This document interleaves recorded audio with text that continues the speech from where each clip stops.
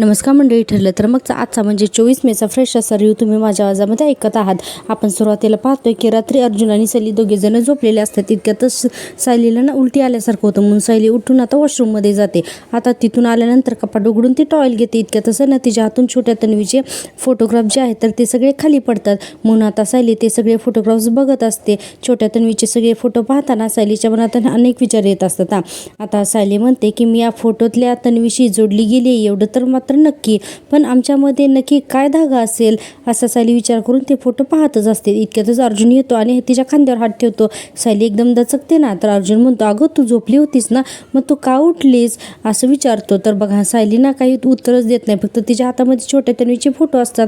अर्जुन म्हणतो कसले फोटो आहेत हे, आणि हातात घेऊन पाहतो तर ते तन्वीचे फोटो असतात.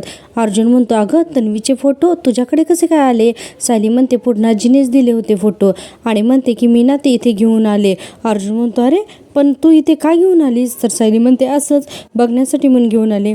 अर्जुन म्हणतो हे बघ, तुला पूर्णाजी समोर तन्वी असल्याचं नाटक करावं लागतं, ठीक आहे मान्य, पण अगं तुला तन्वीचे फोटोग्राफ्स का बघायचे आहेत. अगं तू इतका सगळा विचार का करतेस तिच्याबद्दल. तर सायली मनातच म्हणते मलाच या प्रश्नाचं उत्तर काही केल्या कळत नाहीये, तर मग मी यांना तरी काय उत्तर देऊ असं सायली म्हणत असते. अर्जुन म्हणते हे बघ बायको, मी तुला आधीपासूनच सांगत आलोय की तुला नाही या सगळ्या गोष्टीचा खूप त्रास होणार आहे म्हणून. आणि पुढे म्हणतो की हे बघ बायको, तू प्रेग्नंट नव्हती तेव्हा सुद्धा मला हे आवडलं नव्हतं की तू तन्वी म्हणून पूर्णाजीच्या समोर जावंस, आणि म्हणतो आणि आता तर तू प्रेग्नंट आहेस. हे बघ तुला तर ना आता खूप जास्त काळजी घ्यायला हवी आहे, आणि तुला ना आता कोणताही त्रास होता कामा नये. बरं ऐक ना सायली, मी काय म्हणतोय हे बघा, हे सगळं सायली पुराण आपण थांबूयात का. सायली म्हणते पण आपण असं कसं काय करणार. अहो डॉक्टरांना विचारल्याशिवाय नाही ना उपयोग. अर्जुन म्हणतो हो, पण तू स्ट्रेस घेऊन सुद्धा नाही ना चालणार, कारण काय ना की काल तू सचिनशी जेव्हा रागारागाने बोलत होती ना, तर त्यावेळेस तुलाच त्रास झाला ना, आणि मग तुलाच चक्कर येते. हे बघ सायली, आता ना सध्या तुझी तब्येत सगळ्यात जास्त महत्त्वाची आहे. याच तन्वी प्रकरणापासून प्लीज जरा जास्त दूरच राहा. सायली म्हणते मला मान्य आहे, पण पूर्णाजीच्या बाबतीतली कुठलीही गोष्ट आपण डॉक्टरांच्या सल्ल्याशिवाय नाही करू शकत. अर्जुन म्हणतो ठीक आहे, तू पूर्णाजी समोर तन्वी असल्याचं नाटक कर, पण प्लीज असे फोटोज वगैरे घेऊन येऊ नकोस. आणि काय ना की हे फोटोज बघून तुझ्या डोक्यात फक्त तिचेच विचार सुरू असतात, आणि आता तुझ्या डोक्यात फक्त आणि फक्त बाळाचेच विचार असायला हवे, ठीक आहे असं अर्जुन सायलीला समजावून सांगतो. सायली मनात म्हणते की आता यांना कसं समजावून सांगू की माझ्या डोक्यात या फोटोतल्या मुलीबद्दलच्या विचारांचा किती गुंता झाला, आणि हे यांना कळल्यावर तर हे तर चिडतीलच माझ्यावर. अर्जुन म्हणतो आता प्लीज अशी गप्प राहू नकोस ग, तू माझं ऐकणार आहेस ना. आणि पुढे म्हणतो की हे बघ, जेवढी गरज आहे ना तेवढंच तू नाटक कर, जास्त करण्याची काही गरज नाही, आणि बाकीचा विचार तर तू करूच नकोस. आणि मग हे फोटोज ना ते उद्या पूर्णाजीला परत दे. आता असं म्हटल्यानंतर अर्जुन म्हणतो आणि हे सगळं विसर आणि तू फक्त तुझ्या हेल्थवर फोकस कर, ओके. आणि म्हणतो की आपलं ठरलं होतं ना बायको की या घरात खऱ्या तन्वीचा टॉपिकसुद्धा काढायचा नाही, अगदी कायमचा बंद करायचा म्हणून.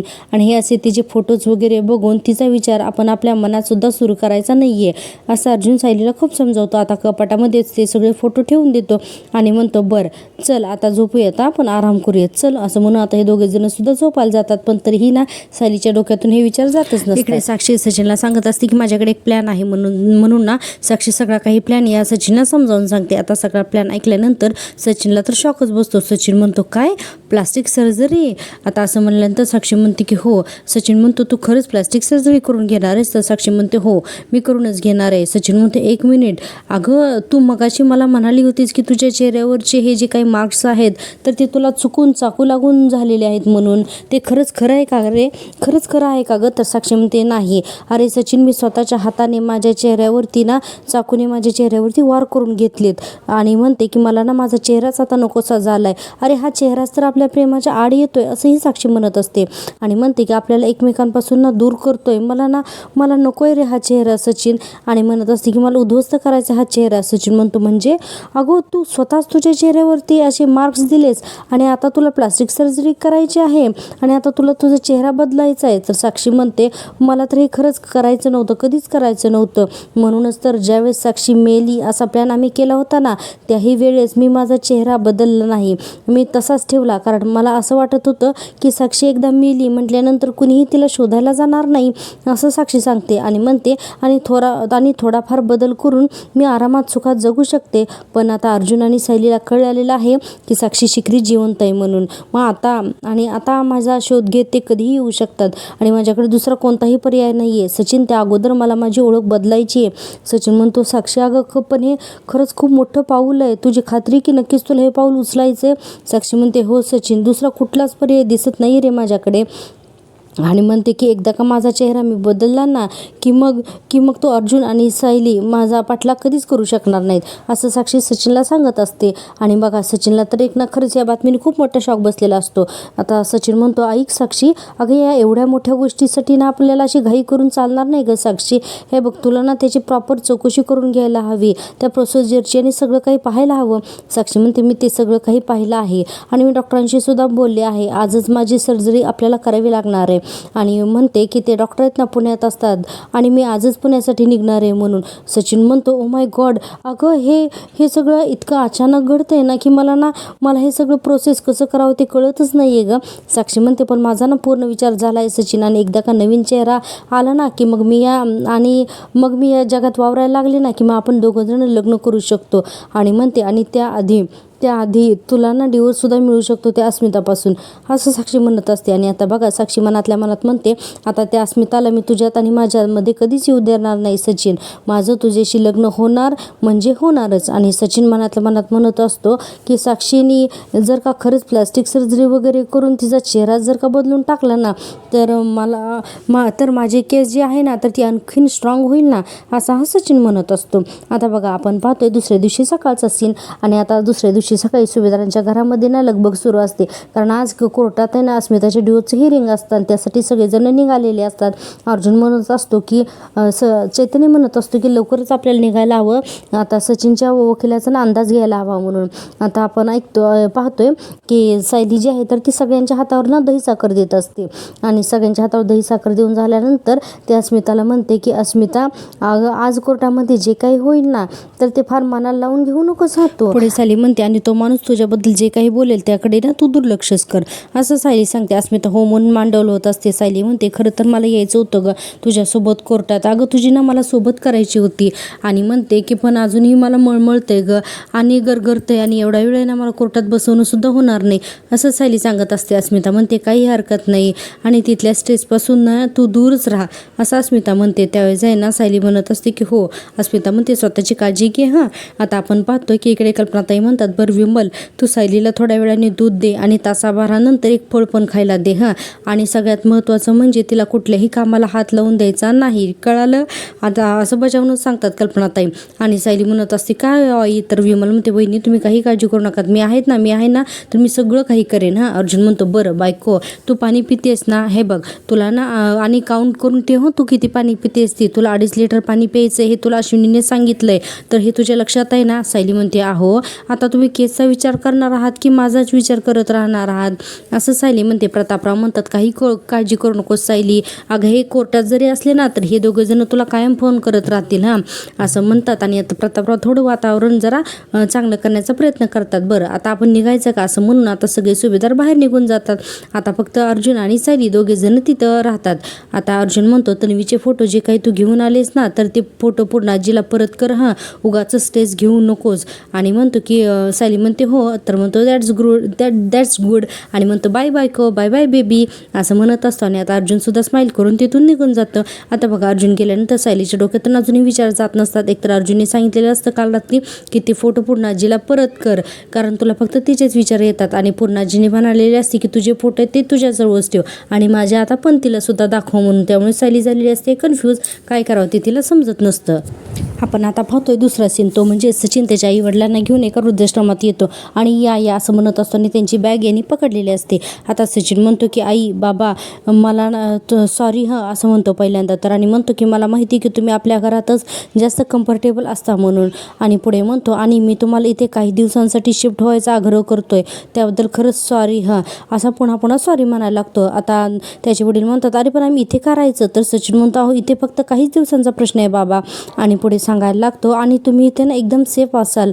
आता त्या दोघांना काही कळत कळतच नसतं. माझ्यावर विश्वास ठेवा म्हटल्यानंतर आता सचिनची आई म्हणते, अरे पण आम्ही आमच्याच घरात सेफ का नसणार आहे? तर सचिन म्हणतो, आता काय सांगू मी तुम्हाला, आता मी ज्यांच्याकडून कर्ज घेतले ना ते खरंच खूपच विचित्र लोक आहेत आणि ते ना मला खूप त्रास देत आहेत. आणि आई अगं ते आता आपल्या घरापर्यंत सुद्धा पोचलेत ग, असं सचिन खोट्यानाट्या गप्पा मारायला लागतो आणि म्हणतो, जर त्याने तुम्हाला काही बरं वाईट केलं तर मी स्वतःला कधीच माफ नाही घेऊ शकणार. आता सचिनची आई म्हणते, अरे पण असं घरापर्यंत आता कुणी आलेलंच नाही आहे ना फोनवरून कोणाच्या धमक्या आल्या आहेत, मग आत्ताच कुणी का बरी येईल? सचिन म्हणतो, अगं आई त्याचं काय आहे ना की आत्तापर्यंत मी अर्जुन सुभेदारच्या घरात राहत होतो ना, आणि कसं आहे ना आई, की बघ कितीही नाही म्हटलं तरी अर्जुन सुभेदारची एक वकील म्हणून दहशत आहे ग, त्याची एक इमेज आहे आणि ही जी लोकं आहेत ना तर ती त्याच्याकडे गुंड पाठवू शकत नव्हती ना, म्हणून मी इतके दिवस सेफ होतो. आणि आता त्या अस्मितामुळे मला आता आपल्या घरात परत शिफ्ट व्हावं लागतंय ना. आणि म्हणतो की आणि आजच सकाळी मला ना त्यांची धमकी आली आणि जर का मी त्यांचे पैसे फेडले नाहीत ना तर ते आपल्या घरावरती हल्ला करतील म्हणून. आता सचिनचे आईवडील घाबरतात. सचिन म्हणतो, आणि म्हणूनच तर मी तुम्हाला ताबडतोब इथं शिफ्ट केलं ना. आणि म्हणतो, आणि इकडे ना तुमची सगळी काही अगदी व्यवस्थित काळजी घेणारी सगळी माणसं आहेत हा. आणि म्हणतो, आणि हे बघ इथं काहीच घाबरण्याचा प्रश्न नाही. आता सचिनचे वडील म्हणतात, ठीक आहे आता काय मी रिटायर्ड माणूस, तू जे सांगशील ते आम्ही दोघंजण ऐकूच म्हणून, असं त्याचे आता वडील म्हणतात. सचिन म्हणतो, ठीक आहे हा, तुम्ही इथे पुढे जा, तुमची खोली मी तुम्हाला दाखवली जाईल, मी फक्त काही फॉर्मॅलिटीज आहेत तर त्या करून घेतो. आणि म्हणतो, हे घ्या म्हणून त्यांची बॅग पण देतो. आणि आता सचिनचे आई वडील दोघंजण सुद्धा आता तिकडे रूममध्ये जातात आणि सचिन लगेचच ते रिसेप्शनिस्ट जी असते ना तर तिच्याकडे जातो. सचिन म्हणतो, हॅलो, काय ना की मिस्टर अँड मिसेस दीक्षित यांचं पेपर वर्क झालं असेल, मी कॉल केला होता.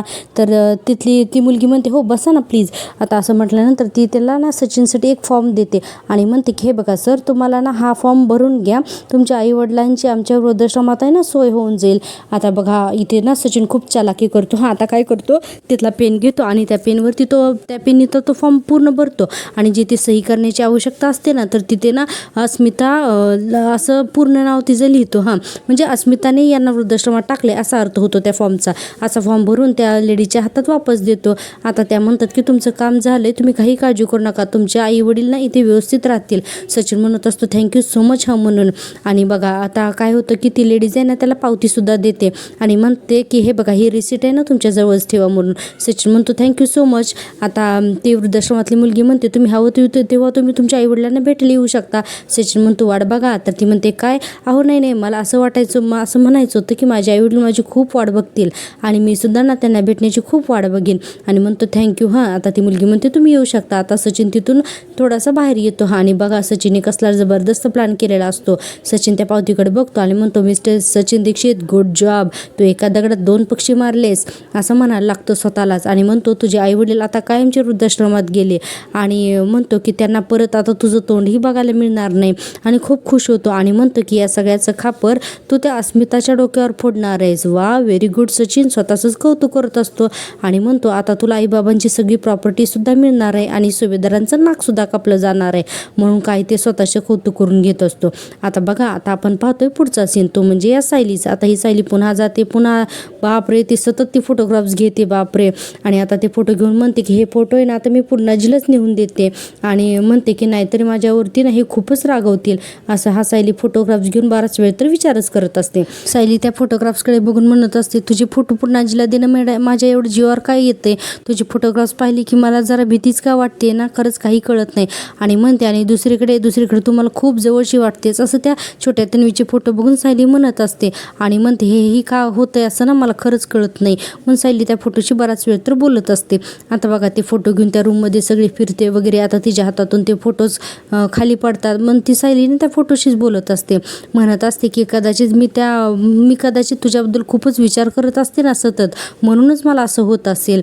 आणि म्हणते, मला तुझ्यामध्ये स्वतःचा भास व्हायला लागलेला आहे, पण मी ज्या मुलीला कधी भेटलेच नाही त्या मुलीबद्दल मला इतकी ओढ का जाणवते, अरे कधी सुटणार हे सगळं कोड, असं सायली म्हणून ती फोटो आहेत ना अशी स्वतःच्या जवळ कवटाळते आणि खूप वेळ तर त्या फोटोंचाच विचार करते. आता सायली पुन्हा उभी राहते. आता तिच्या हातून ते सगळे फोटोग्राफ्स खाली पडतात आणि आता ती सायली पुन्हा ते फोटो गोळा करायला लागते. इतक्यातच ती विमल येऊन म्हणते, सायली ताई पूर्ण सकाळी ज्या गोळ्या घेतात त्या गोळ्या कुठे आहेत? सायली म्हणते, बीपीच्या गोळ्या ना, अगं त्यांच्याच खानात आहेत ना.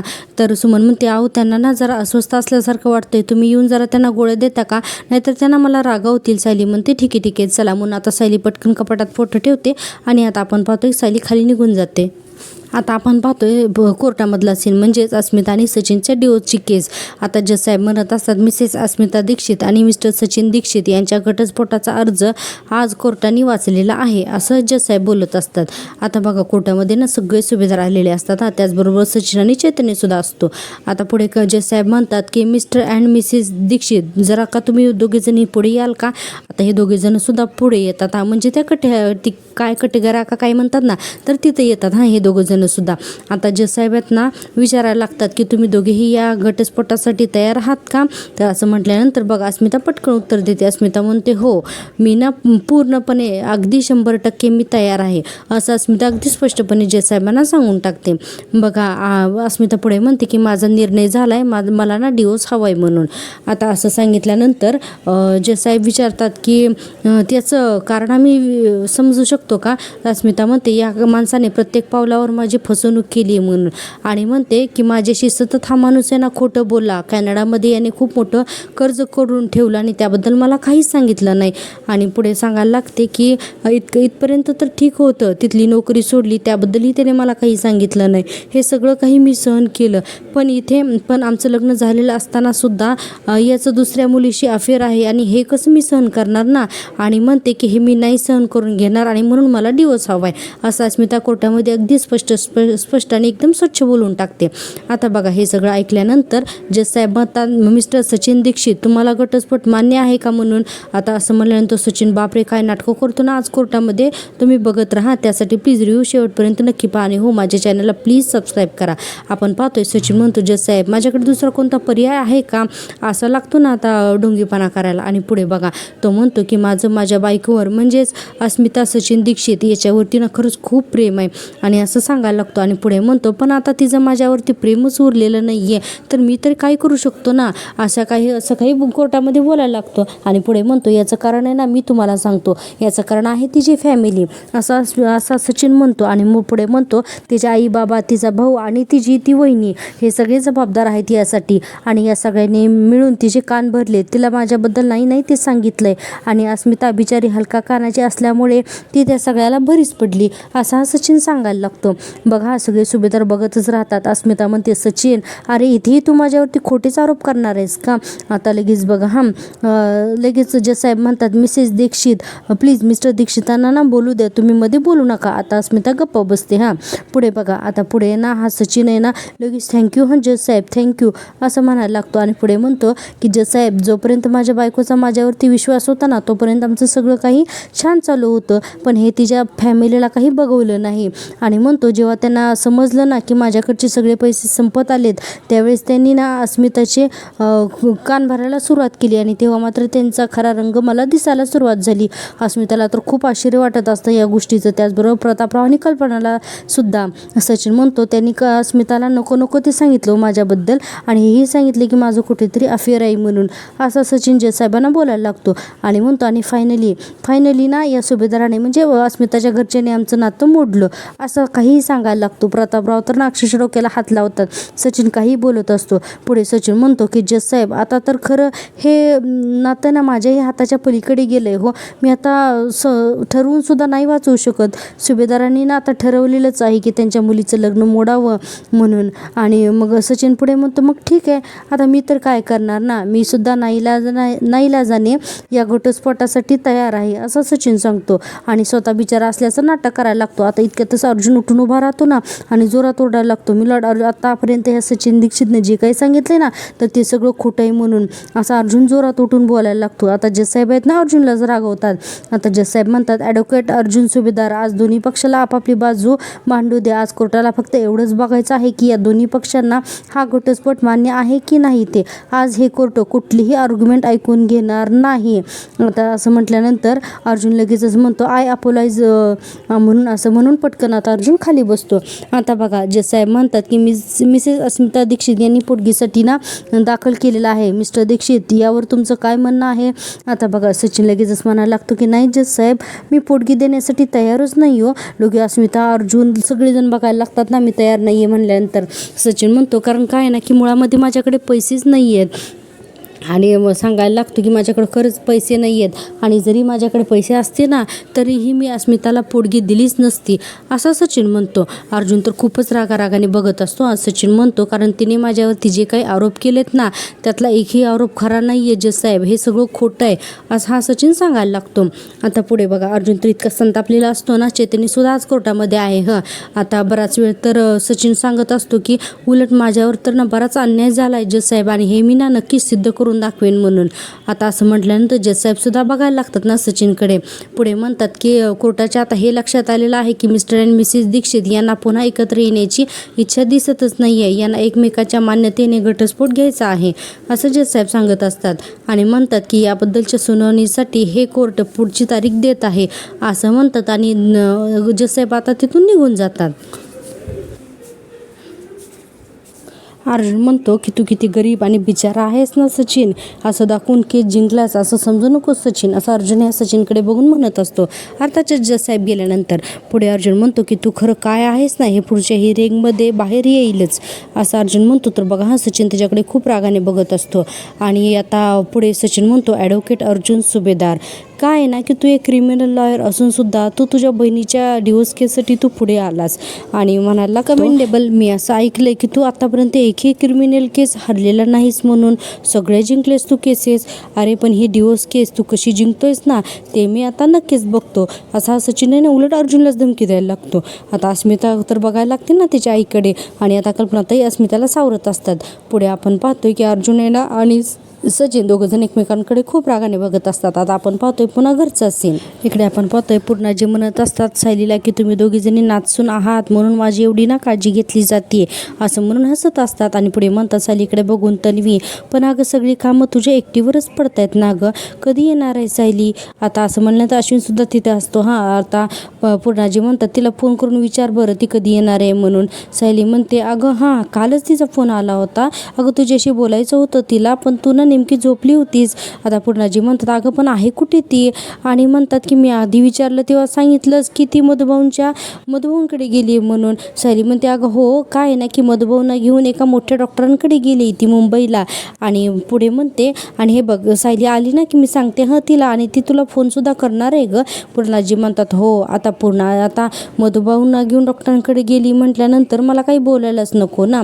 आणि आता अश्विन हे सगळं पाहत असतो. हां पूर्णाजी म्हणतात बरं परत तिचा कॉल आला तर मी झोपले असले तरीसुद्धा मला उठून कॉल दे हां.